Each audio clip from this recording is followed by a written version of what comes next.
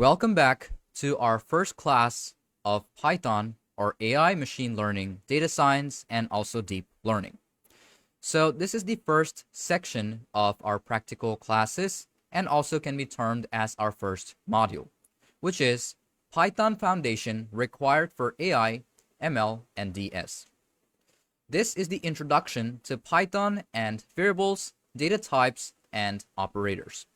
I have made this class to be very beginner friendly, and I have segmented this class in a couple of parts, and I've given you, or I will show you, with codes and explanations, which is going to give you a clear and a vivid idea about what these are, and also how you'll be able to work with them and how those function in Python. So make sure not to skip any part, as it is going to be very important if you have no prior experience to Python, and this is going to help you throughout the whole project. So without any further ado, first off, let's just open up PyCharm, or if you are using VS Code, then just open it up. As you can see on my screen, I have opened up PyCharm. Now here, I'm going to start off with Python fundamentals. There we go. I'm going to create a custom environment and inherit all of the packages, and I'm going to press on create and wait for it to create the interface. So first off, we need to know what is Python. Now in my first class, or the introduction of this course, we did not explain what is Python. But as this is the fundamental part or the fundamental module about Python, then I'm going to suggest you that you get the idea about it too. So Python is basically a high-level programming language which is extremely beginner friendly and is almost close to human language. And the most important part about Python is that it is very versatile. Now Python is basically used in AI and machine learning, data science, data analytics or big data analytics, automation, web development, and etc. So that is basically Python. Now, why are we going to use Python for AI and data science? So first off, Python has a very simple syntax, which is very easy to cope up with and adapt with. Python also has a large library, such as NumPy, Pandas, which I've shown you in my first class. Then we have TensorFlow, PyTorch, and etc. Then we have Python basically works well with large data set, and its performance is top notch. And in Python you can debug, and there is fast prototyping facility that is only given in Python. If you have any prior experience with any programming language, you will see that the other programming language takes a bit of time to process and takes a bit of time to prototype or even debug. But in Python, it is super fast and gives you fast response. If there is any problem, it gives you up an error as fast as you run any program. Okay, so according to the topic of our class, which are first off is the variables. Now, which is the first thing that we're going to complete. So what are the variables? A variables is basically a name or a category, or let's say a box, which is going to store data according to what you want or what you have in mind. So this is kind of like those headers, and then under that is basically the data. So even when you want to sort out data or find in data, you put or search for the heading.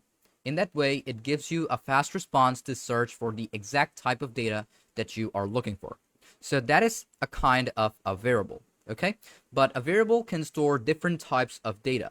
Now, if you've worked with Excel, you know that in a cell you can put in different types of data. It could be alphabetical, it could be data, it could be integer value, it could be float value, it could be Boolean value, and all of those. Everything that is validated inside of Python, more or let's say extended versions of them work in Python.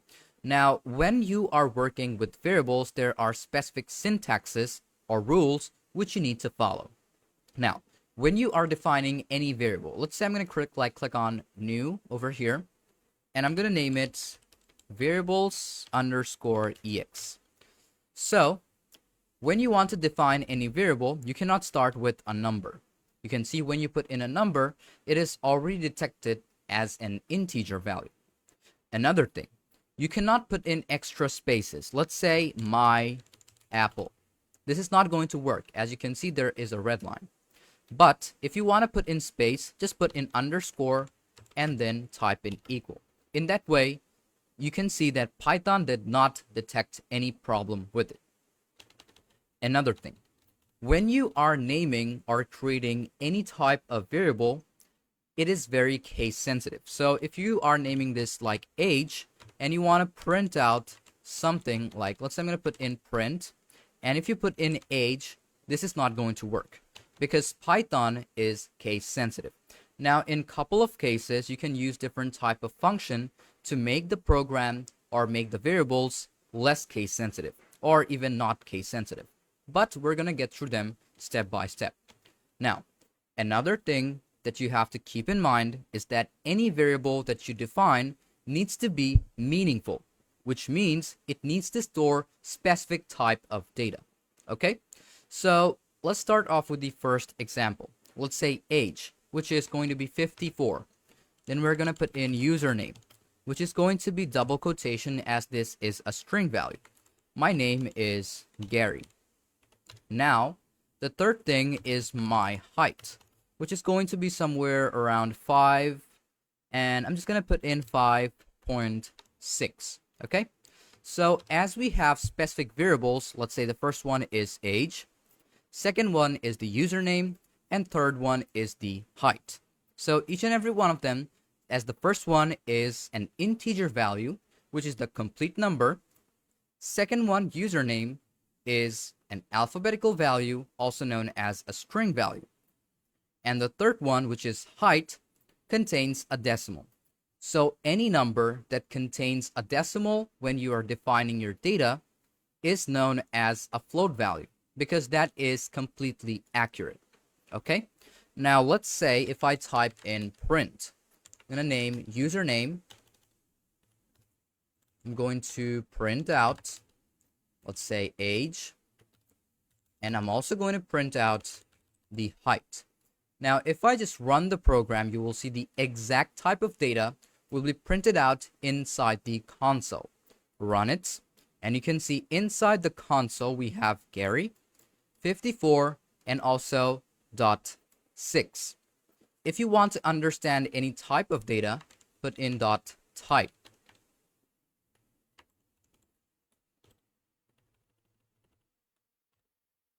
Do the exact same thing and run it, you will see that it is a class string value. If you copy or do the exact same thing, I'm going to put in type. Do the same thing over here. Now you're just going to run the program, and you will see that the integer value opens up and the float value opens up. So this is exactly how you're going to print out any type of data or any type of variables in Python. Okay? Now, there are also variable reassignments, such as I have my age to be 54, but what if I want to overlap that value? If I put in the exact same keyword, and let's say my age is now 61. If I run this, let's say I'm going to print it out, age. So you will see instead of 54, which was the first value, it will print out 61, which is the latest value. There we go. Now, in the same way, if you want to do the same thing, let's say I'm going to copy this, paste it, and instead of age, if I put in height and run this, it will print out the height, which was the old one, 5.6. But if I name it to be height, and let's put in, let's say 6.0, and run this program, and you will see it will overlap the value and the data that you have is basically updated, because Python always uses the latest or most recent value given by the user. Now, you also have to understand about the basic Python data types. Well, in the basic type of data type in Python, mostly are the major ones are only of 4, which is the string value, integer value, float value, and boolean value. Now here I didn't show you boolean. Let's say is raining, the variable, and if I put in true, and here if I print out, let's say is raining, run the program, there we go, it shows up true. Now if I put in type and run the program, you will see it will have a class boolean value. Now this is like this because when you put in true or false inside any data, it turns out to be a boolean value. Now boolean values have two types of data, which is false, and the next one is basically true. There we go. Now this true and false basically determines the computer language, which is 0 and 1 in binary. So if the value is true, that means it is turned on. And if the value is false, it means the value or the switch is turned off. It also replicates the same way in case of 0 and 1. If it is 0, it is turned off, and if it is 1, it is turned on. Okay? So that is going to be this type of data. Then we have the listed data. Now, how are you going to define the listed data? If I put in list 1 equal, now you don't want to use in quotation or parentheses like this. But when you are defining in a list, we use basically the secondary bracket, or known as the square bracket. Let's say 1, 2, 3. If we want to print this exact thing out, print list 1. Also, print type list 1. Now run the program. You will see that we have this 1, 2, 3, and also class is now a list. Now let's move on to the next one, which is a tuple. Now tuples are mainly immutable type of list, which is basically like it cannot be changed, or it cannot be overlapped, or it cannot be rewritten, even though Python uses the latest version or the latest data of any variable. But in case of tuple, the list or data cannot be changed. So if I put in tuple underscore 1 equal, here for a tuple, we basically use a parentheses. Here we put in 1, 2, 3. We don't even need any spaces. If I want to print out the data, let's say tuple 1, print out the data with the type tuple 1, print them out, and you can see we have 1, 2, 3, and the class is a tuple. Now the last one, or the last type of data type in Python, is a dictionary, which is basically a key value data. Okay? So here, I'm going to define something as dict underscore 1, which is going to be equal to the third bracket. Here, double quotation, let's say name. So the name of me, which I'm going to put over here, is going to be Harry. I'm just going to cut out the space. And what you want to do is you want to print out the value, which is dist1. If you print it out, sometimes it might show you off as an error, but you can see this is working. So let's also try printing out the data type. So put in type dist1. There we go. Run the program, and you will see that it is going to be termed as a dictionary. Okay? So this is basically how you are going to know that what type of data is being used on any specific project. Okay? So, as we're done with this, let me show you another example of just a dictionary, because dictionary can hold a large amount of data, such as, let's say I'm going to put in pupils. Pupil equal third bracket. Now here, I'm going to put in the code name. Code name of any specific person is going to be 009. Put in a comma after each category of data. the age of this person is going to be, let's say, 23, comma. Go off to the next category of data. Let's say the department of this pupil. Here, let's say this person is in Python AI. So you are done with this, and on the last line, you don't even need to put in any comma. So here, first off, let's type in print, and the first one is going to be the pupil that I want to print out. And I want to basically get the data of their code. Also, if I want to get their age, I'm going to put in the exact same variable, and I'm going to define the age. If I run this, you will see the pupil is going to be 009 and also 23 to be that person's specific age. So now we get into the part that why are data types important in AI and machine learning. It is because there are different types of models in Python or even machine learning and AI. Now, these type of models only work in data types which are completely correct. And sometimes they even need conversion of data, such as string to numbers, or numbers to floats, or even floats to strings, or number to strings. And these type of data sets contain mixed type of data. Now, sometimes when you are defining them in Python, it cannot be detected like properly and exactly at the same time. But in Excel, when you define it, there are specific functions to overlap any specific type of data set that is not needed, and in those cases, it is ignored in the function. Okay? So in Python, there are also specific type of, data which cannot be run in all times or in all functions. Even though Python has those type of functions, in Python, you have to define each value.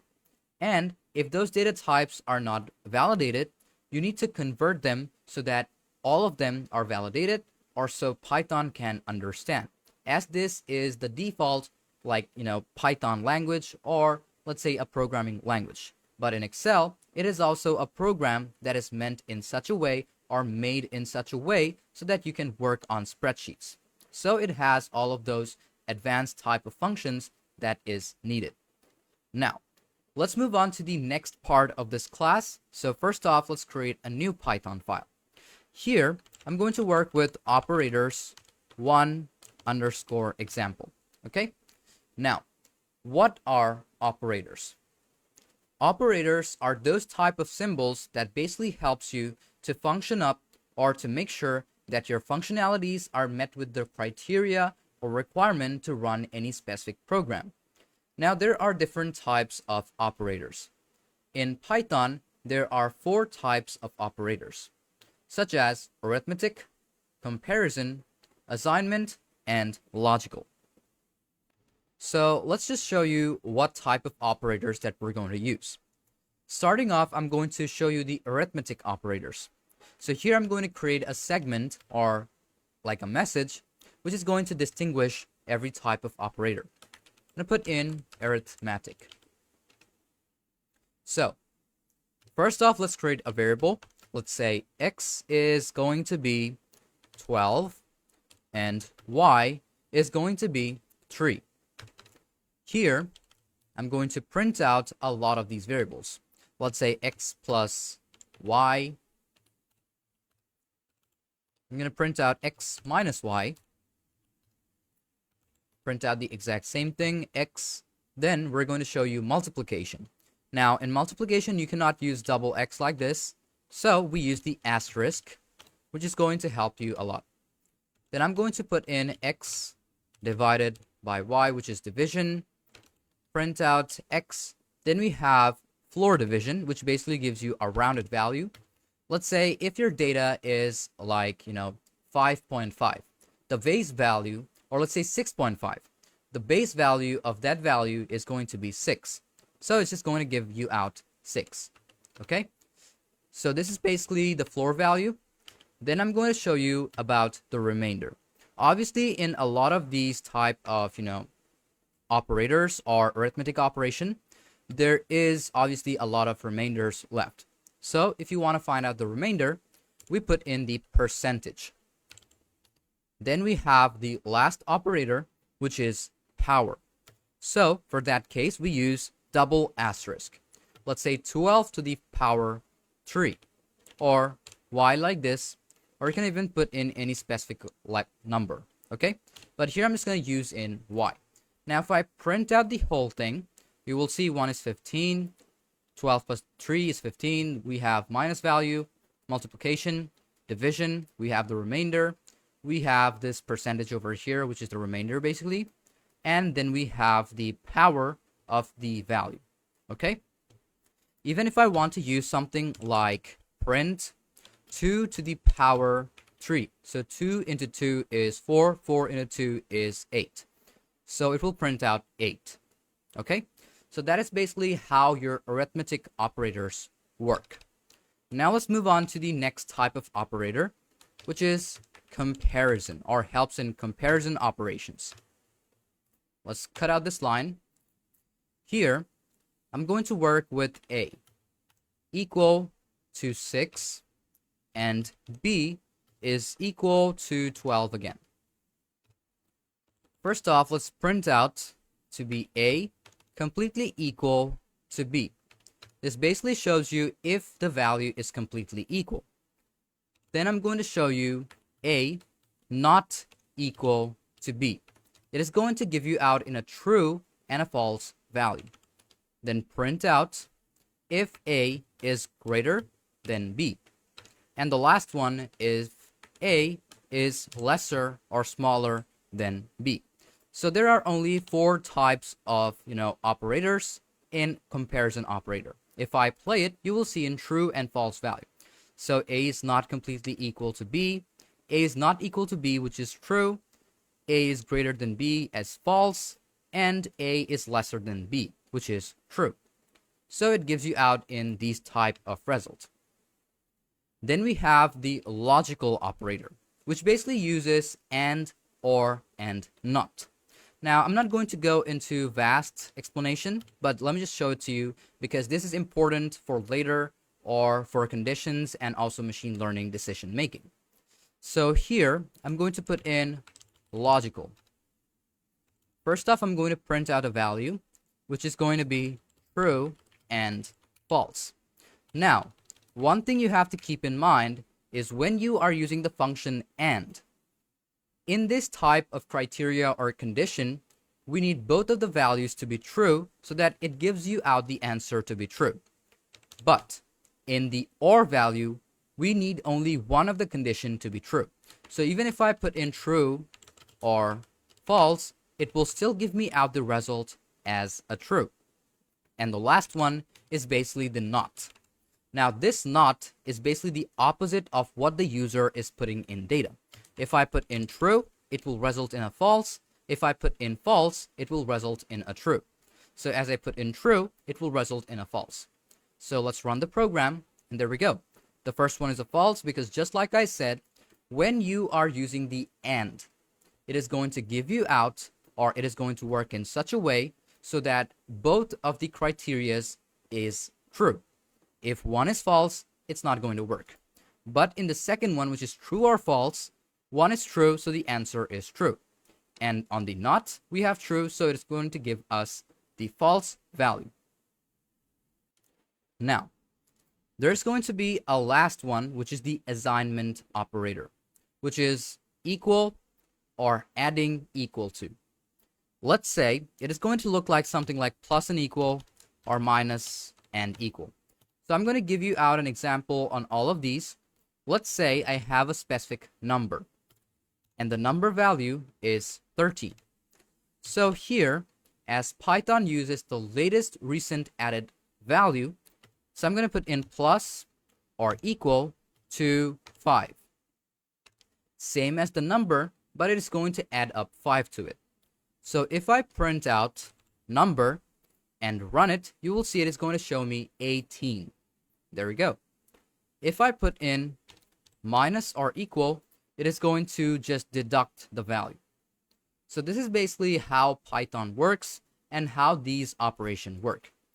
Now, in the same way, let me show you with a value like, let's say, digit. Digit is going to be equal to 5. And over here, the digit or digit underscore 2 is going to be equal to 5 too. If I print out the value to be digit is completely equal to digit 2, it will show me that it is true. Okay? In the same way, if I print out digit is not equal to digit 2, it will show me obviously that it is correct. But it will show you off as a false because both of them are completely equal. If I put in the exact same thing, if digit 1 is greater than digit 2, it will show me a false because it is not greater. In the same way, digit 2 is not greater than digit 1 either. Run this and it will show you off as a false at the same time. So this is basically how you'll be able to work with these type of operators in Python. So the summary of this class is that you understood about what Python is. You also learned about how to create variables. We have learned how to use different types of data in Python. We also have learned about using arithmetic, comparison, logical, and assignment operators. And at the end, we also learned about how we can manage the files properly in PyCharm. Now, I'm going to give you out all of these files, but you need to practice them along. What you want to do is you want to create a variable as, let's say, a homework where you're going to create the variable named with color. Then you're going to put in, let's say, product, and also in which region it is. First off, you want to print them out. Then I want you to do 5 arithmetic operations, and then you're going to create one list, one dictionary, and use the comparison operator to compare those two values. Now over here you can see I have all these type of values that I've used and shown you. So that is going to be it. Now even after this, if you're facing any problem or if you face any errors, feel free to ask me anytime. I'm always there to help you out. So thank you for watching this video up till the very end, and hope you understood about everything else. If you have any further problems, feel free to ask me. And without any further ado, let's move on to our next class of AI, ML, and data science.